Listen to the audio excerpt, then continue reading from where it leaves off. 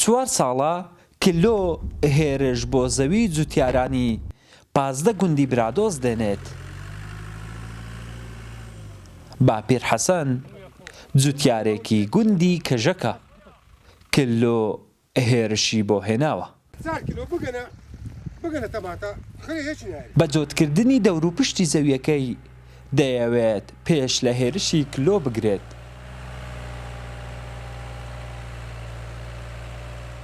ئەگە لێ بگەڕێن دەرمان لێ نەدەین هەنووە زۆت نەکەین دەورەتە شیناتیما بە دووشەوە بەسێشەوە باوەڕکە یەک بنی تەماتەش یەک بن خیارشتەی نایریت هەموو تەبن بەرەدەتۆ تاگە تەبنیشی بەردا و کارتەی نادەتەوە خیار هیچ خیار هەکوی خوارد تەبن پەلکاخۆ کارتەی نادەتەوە سەرچار سارە سارە چاریە ئەو گرفتەچی سەرچیە ئەنکەبوت کیلو دو سێ ساڵە نا حەلەف هاتیە نا دەرمان هاتینە چ ناتێ لێرە هیچ. 2 ساڵی هاوکاریکردنی جوتیارانی برادۆست ساڵی 2014 بوو.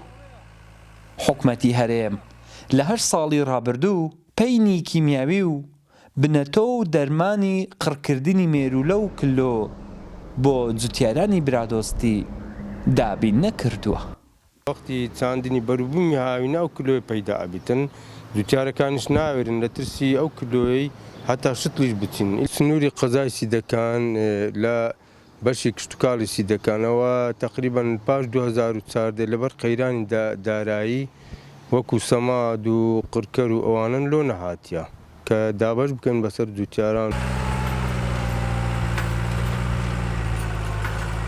29,440 دۆنم زەوی بەراو ساڵانە 1000 جوتیاری برادۆست بە داچاندنی هەمەجۆری بەروبوومی کشتتوکاڵی دادەچێنن.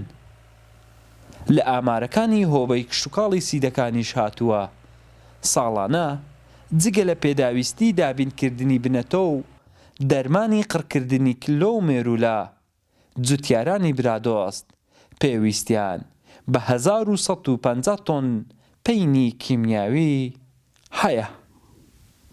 وڵات حەسەن، کورسات نیوز، برادۆست.